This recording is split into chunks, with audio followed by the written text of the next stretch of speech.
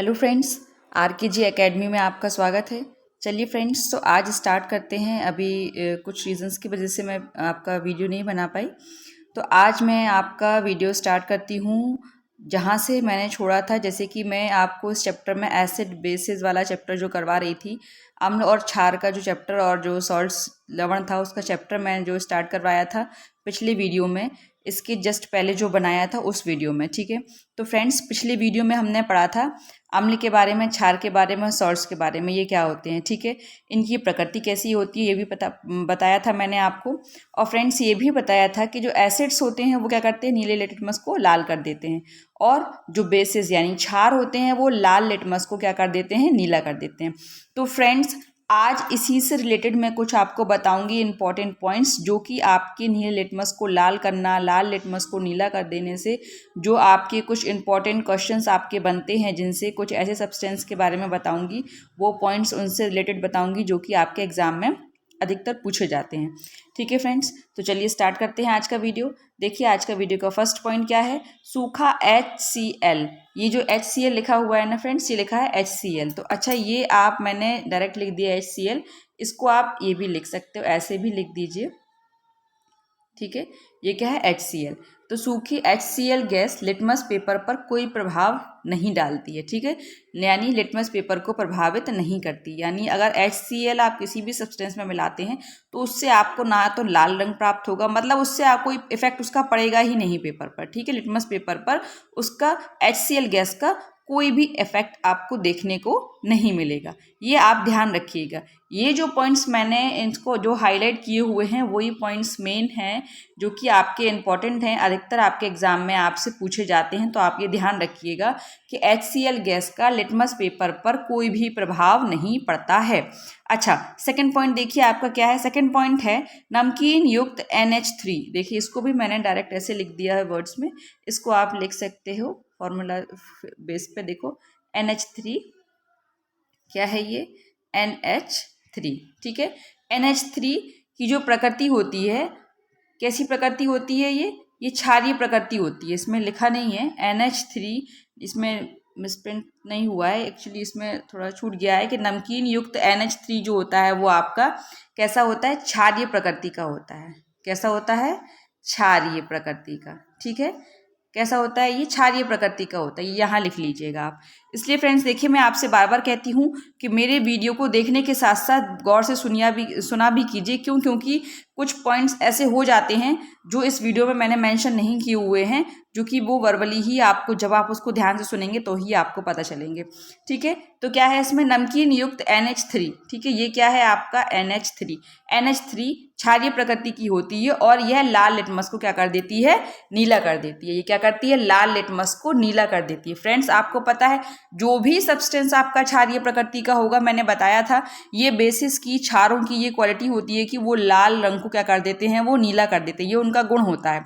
Acid का गुण मैंने आपको बताया था कि उनका गुण क्या होता है, वो नीले को लाल करते हैं। ठीक है, तो ये देखिए इसमें ये क्या होता है, NH3। NH3 क्या है, क्षारीय प्रकृति का होता है, इसलिए यह लाल लिटमस को क्या कर देता है, नीला कर देता है। अच्छा, नेक्स्ट पॉइंट देखिए क्या है, नींबू का रस। नींबू का रस कैसा होता है, अम्लीय प्रकृति का होता है। ये ध्यान रखिएगा। ये पॉइंट्स अधिकतर एग्जाम में पूछे जाते हैं कि जो नींबू का रस होता है वो कैसा होता है, अम्लीय प्रकृति का होता है, और ये नीले लिटमस को क्या कर देता है, आपका लाल कर देता है। देखिए मैंने फ्रेंड्स आपको बताया था नीले लिटमस को क्या कर रहा है, ये लाल, यानी अम्लीय प्रकृति का ही है, इसलिए वो नीले को लाल कर रहा है। ठीक है, नीले लिटमस को वो लाल कर दे रहा है। क्यों? क्योंकि वो नींबू का रस क्या होता है, अम्लीय प्रकृति का होता है। चलिए फ्रेंड्स देखिए नेक्स्ट चलते हैं। देखिए हमारा नेक्स्ट पॉइंट क्या है इसमें आगे, वो देखते हैं। नेक्स्ट है आपका कार्बोनेटेड शीतल पेय। ये पेय है, ठीक है, ये पूरा नहीं लिख पाया है, ये ड्रिंक। ठीक है, ये क्या है, पेय, पेय या फिर ड्रिंक। कार्बोनेटेड शीतल पेय, इसमें कार्बोनिक एसिड होता है। क्या होता है इसमें, कार्बोनिक एसिड। अब इतने से पकड़ लीजिए।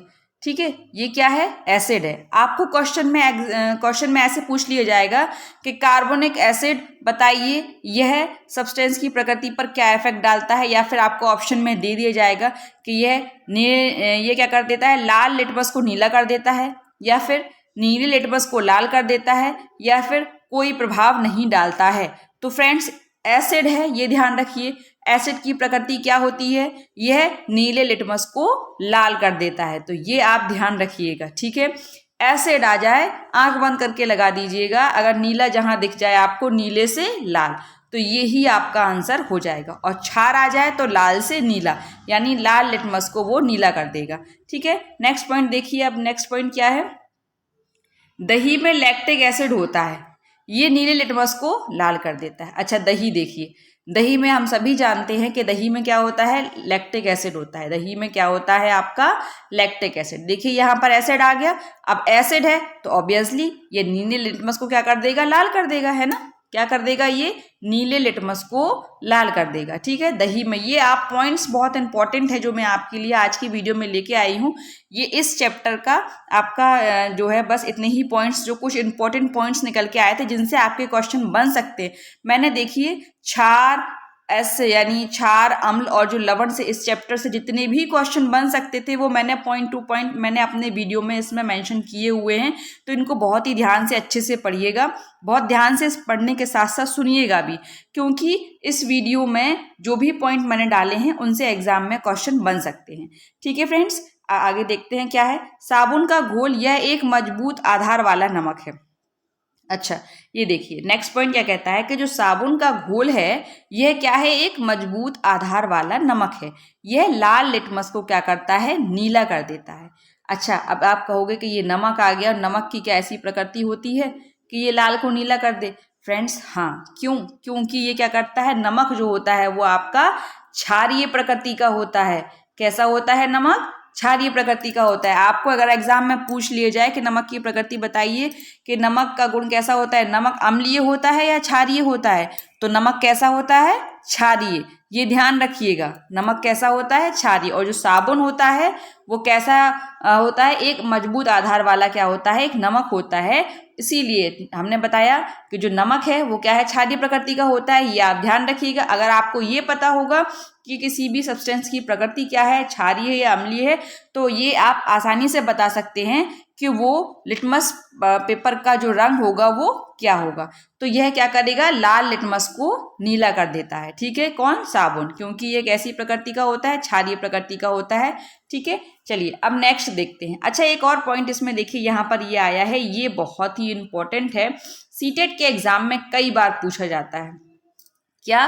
Chlorine gas. ये कई तरह से पूछ लिया जाता है, इसलिए मैंने इसको डिटेल में आपका यहाँ पर मेंशन किया हुआ है। क्या?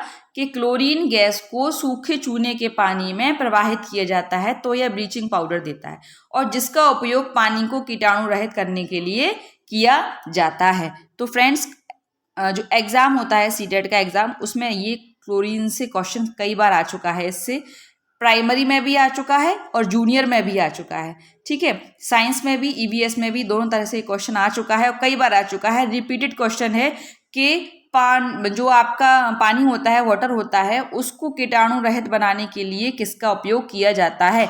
तो फ्रेंड्स वो बिल्कुल आपका ऑप्शन सही हो जाएगा। कौन सा? ये क्लोरीन गैस का उपयोग किया जाता है, ठीक है। क्लोरीन गैस आप चाहें तो यूज लिख सकते हैं। अगर क्लोरीन गैस हो, अगर आपको वहां पे क्लोरीन दिखा होगा तो आप बिल्कुल इस पर टिक कर दीजिएगा कि क्लोरीन आपका बिल्कुल आंसर वहां पर सही होगा कि क्लोरीन जो है वो पानी को कीटाणु रहित करने में उपयोग किया जाता है, ठीक है फ्रेंड्स। तो ये तो था आपका इंपॉर्टेंट क्वेश्चन, इसको बिल्कुल टिक कर लीजिएगा फ्रेंड्स। चलिए आगे चलते हैं। देखिए नेक्स्ट पॉइंट क्या है। जब हमें चींटी काट लेती है तब हम अपनी स्किन पर कैलामाइन सॉल्यूशन लगाते हैं, ठीक है।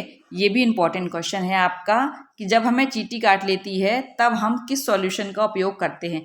तो किसका उपयोग करते हैं? Calamine solution. अच्छा फ्रेंड्स एक और क्वेश्चन इसमें से बन जाता है कि वो क्या बनता है कि चींटी जब काटती है तो वो उससे क्या सीक्रेशन होता है, उसके डंक से कौन सा जो आपका एसिड होता है वो निकलता है? तो वो होता है आपका फॉर्मिक एसिड। इससे भी क्वेश्चन बनता है।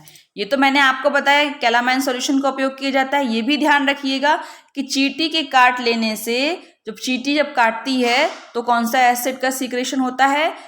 फॉर्मिक एसिड का, ठीक है, फॉर्मिक अम्ल का। तो ये आप ध्यान रखिएगा, इससे भी क्वेश्चन कई बार बनते हैं। ये इंपॉर्टेंट पॉइंट्स है फ्रेंड्स, तो इसको याद रखिएगा।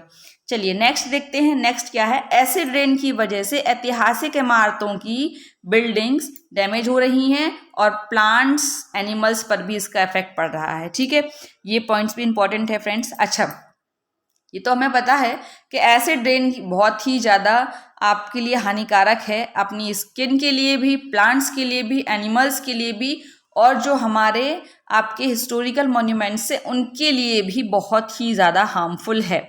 अच्छा, ये तो हमें पता चल गया किसकी वजह से है, ये हार्मफुल क्यों है, बिकॉज ऑफ एसिड रेन। ये एसिड रेन होती क्या है ये बताइए। कुछ लोगों को पता होगा, शायद कुछ को ना भी पता हो। ठीक है, तो फ्रेंड्स मैं अपने वीडियो में, जैसा मैंने आपको पहले भी बताया है, कि बहुत ही बेसिक से स्टार्ट कर रही हूँ, छोटी छोटी चीज़ें आपको बता रही हूँ जो कि अक्सर आपके एग्जाम में पूछ ली जाती है। जब आपको बिल्कुल बेसिक आपका क्लियर होगा तभी आप आगे आपकी सारी चीज़ें आसानी से क्लियर होती जाएंगी फ्रेंड्स। तो देखिए यहाँ पर क्या है, आपका पूछा गया है एसिड रेन के बारे में, ये पॉइंट मैंने यहाँ डाला हुआ है। तो सबसे पहले आपको पता होना चाहिए कि ये एसिड रेन होता क्या है। तो फ्रेंड्स, जो आपका एसिड रेन होता है, यहाँ पर एसिड रेन जो मैंने डाला है, एसिड रेन होता क्या है।